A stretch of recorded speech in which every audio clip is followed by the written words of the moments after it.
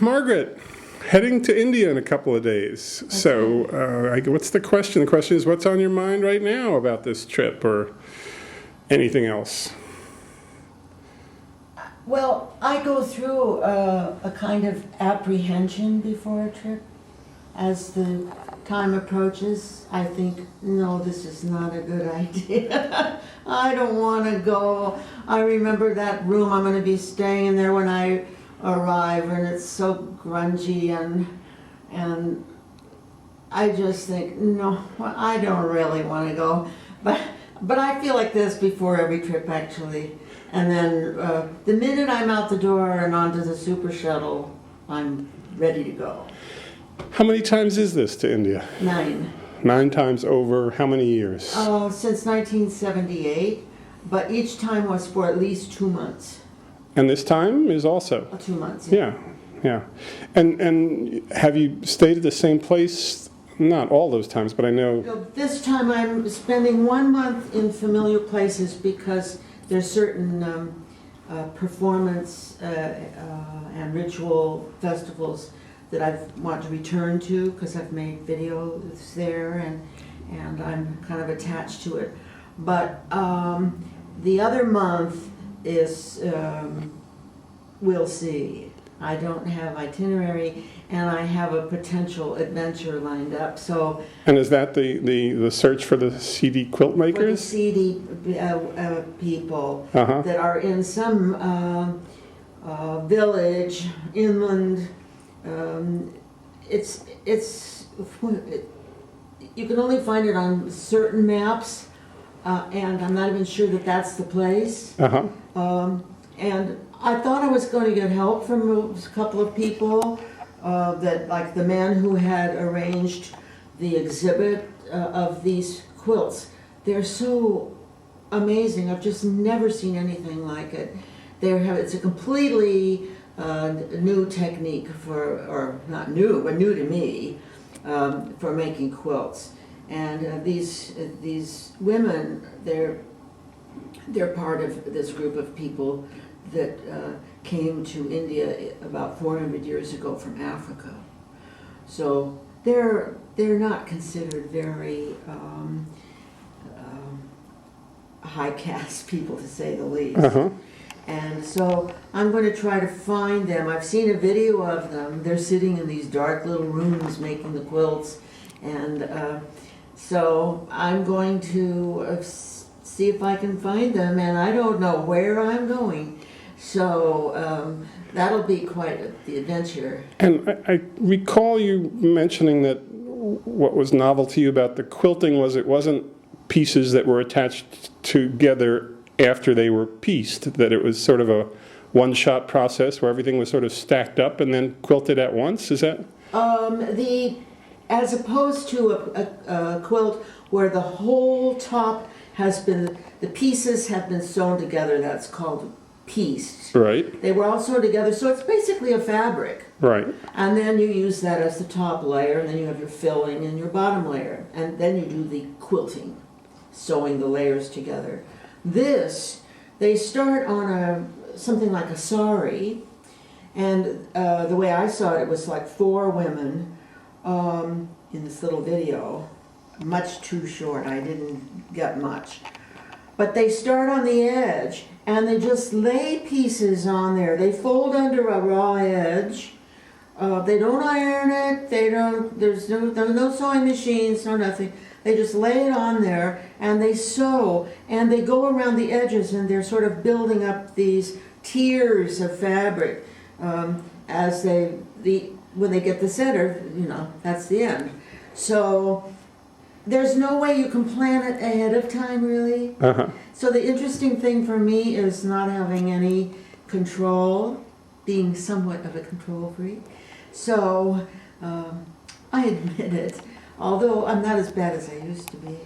Anyway, you don't know what it's going to look like. And there's no, you can't design it and have it all designed like I do the whole thing on the wall. I know exactly what it's going to look like right before I start sewing it together. This way, it's like the quilt makes itself. The quilt makes you. So to learn how to do that, is a real interesting thing for me. Just finding though this village. My plan is to take a train from. Well, where do you begin? This is your second month, is sort of where you're going to go and search for these No, people. the December. Oh, you're going to start right away. You're going to start searching for them right away. Because the festivals are in January. I see. So where will you head first? I'm landing in Cochin, and then I'll stay there until I feel like I can move. And then I will probably take a train north. This village, or that I think where it's all happening, is near or not too far from Mangalore, which is in the state of Karnatika, which is the next state north of Kerala. So I think I'll take a train up to Mangalore. Hopefully, I may meet somebody in Cochin that can even Facilitate. give me some suggestions, you know. So then if I don't have any ideas at all, I'll just head to Mangalore. And then I know that in the village, these women have some sponsors from a Catholic. This area is not too far from Goa, and that whole area was originally settled by Portuguese. So there's lots of Catholics there. And there is a convent, the Sisters of Mercy of the Holy Cross. I've written them 2 letters, but no answer, telling them that I was coming and that I wanted to go to see those women, and they know a place where I might stay, or could they, what? I haven't received any answer from them. So if I don't receive any answer, any news from anybody, I'm just going to go to their door, this little white-haired lady, and I will just, they won't just ignore me. They'll see that I get a roof, or something. I'm just going to depend on the Sisters of the Holy... The generosity of strangers. Sisters of Mercy, right? Sounds good. To be true to their name. Yeah. So that will unfold as it unfolds, and then following that, you'll go to your traditional place. I'll go to my familiar places, back to Trishore, and try to catch some Kathakali performances. My main interests are Kathakali and Kuttiyattam, those 2. And those are what brought you there originally, long ago. That's what my focus when I go there, and that's what my videos have been. Yeah. I remember your drumming video. That was. Maybe you could tell me a little about that, how that came to be. Well, that drumming, they drum all night, and we don't have anything like that in our culture. Everybody's standing around, a crowd stands around these drummers that improvise. There's a leader and they explore. Sometimes there's a competition between 2 lead drummers, and then there are all the people standing around. Nobody's talking. Nobody's drinking. Everybody is just completely tranced out by this. I get tranced out too. I mean, when you're in that kind of a setting, it's just very wonderful. So that was specifically drumming, but the other things covered are... Well, there are the temple rituals that involve lots of drumming and lots of elephants, and that it's very they take hours to do, and it happens like every day and night, and it's all days actually, not just hours. Oh yeah. Yeah. And see, I stay in a hotel just like across. There's a vacant parking lot, and then a street, and that's my hotel. They're expecting me. I have my room there. They have my room already. And because I stay there, like maybe in the middle of the night I hear drumming, I just get up and get dressed and go over. It's very simple. It's like it's in my front yard, sort of. And there are hundreds, thousands of Indian people who... It's not a very large temple, and it's not a famous temple. It's not particularly specially beautiful, but it has this ritual, and I think most temples do. But then what they also do is they spend quite a bit of money and get visiting artists. They hire troops to come in, so in the nighttime you can hear wonderful performances by real masters. And so I'm going to be seeing some all-night performances there by different Kathakali artists. And so... Kathakali is a form of dance. It's a dance drama with music, and it's very ancient. And the stories are mainly from the Ramayana or the Mahabharata. And the makeup is very extravagant, and the stories are very, very intense and dramatic, and which doesn't mean to say that they can't go for 2 hours with one conversation where the only movement is the eyeball. You know, so it's just incredible. So you're going to a familiar event in a somewhat familiar place where you have your familiar hotel. Concerns, given that I know you're over 60 now. How old are you? 81. 81, God bless you. So concerns about health, mobility, that sort of thing. Well, the last time I was there, I had just, here in San Francisco, had a very serious fall that developed into something really horrendous when I was over there.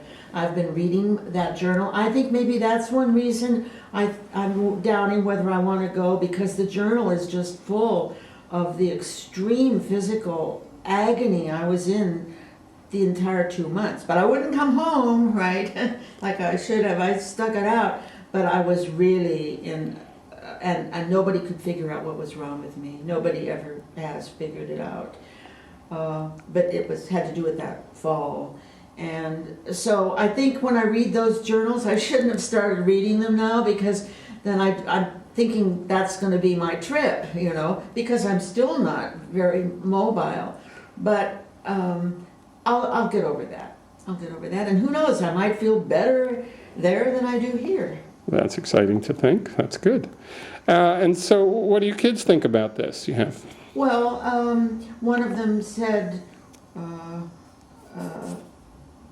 she started giving me the whole, you know, that not a good idea, and if something happens, I don't think, you know, I'm very worried, what if something happens? And then when I said, well, something can happen here. I mean, I could, like, have a fall here in my own house, and what, you call what, once a week or something like that? And I could be dead for 3 or 4 days before anybody would even know it. And for some reason or other, that made her very mad. She said that would never happen, or whatever. She got upset with that. So she did actually call me the next day and said she was out of line, and she was sorry that she shouldn't have said that.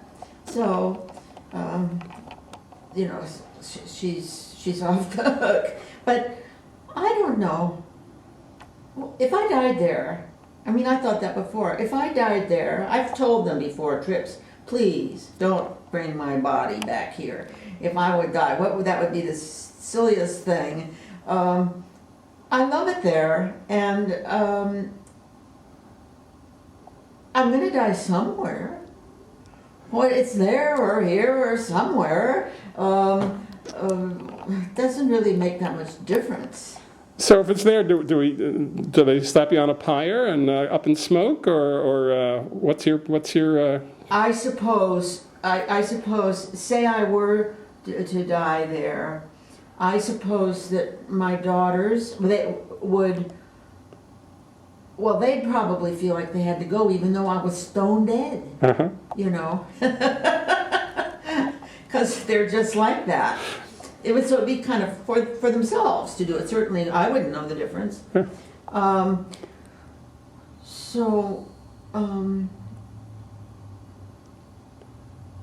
don't I guess they do. I don't know what they do. I frankly, it's not very interesting. Okay, well, good. Now we've had the horror of your last trip's journal and talking about death and to hell with such ideas. It sounds like a wonderful adventure. So is there special shopping you do or things you need to bring, or is it just figuring out your own little kit? Everything there. You can get everything. I just realized I don't have to take 140 calcium pills. You know, I can get some calcium there. Yeah. And I only take one bag.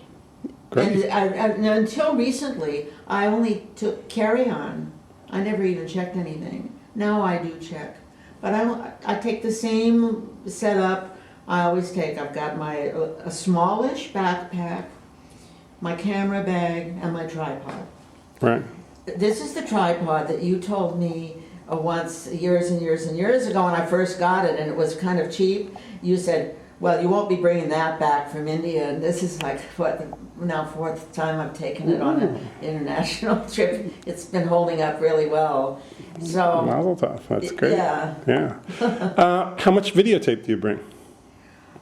A couple of years ago I took a lot, maybe 10 tapes, because I knew I was going to be seeing a lot of Kathakali and I wanted to record big segments. I'm not going to do that this time, so I'll probably take maybe at the most 8 cassettes. Okay. Well, sounds great. I'm jealous.